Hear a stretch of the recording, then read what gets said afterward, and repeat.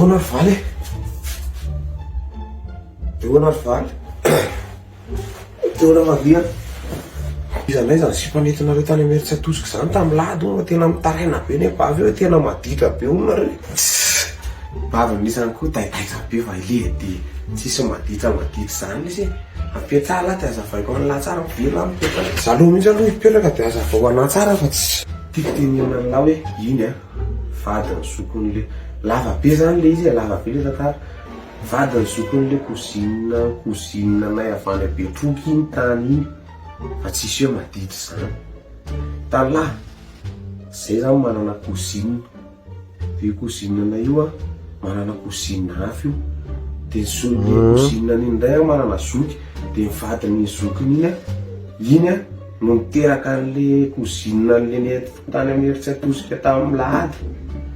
de tonga tany ary zay de mbola nahita kozinina ny hafa indray de io kozinina ny de lasa anankiroa zany zao le kozinina ny tao de lasa ohatrany hoe fivoriam-pianakaviana kely mihitsy fa inona lesiny tsisy madity zany fa izy zany kozinina ihany rehefa ataoko koa ty fa somary lavidavitra satria mbola nisy an'le kozinina nay de le kozinina ry zareo fa io kozinina nay le kozinina ry zareo sy le kozinina nay zany nisy lonilony taloha de zay ny sy nampiaraka anay matetika fa eledy atao an'izany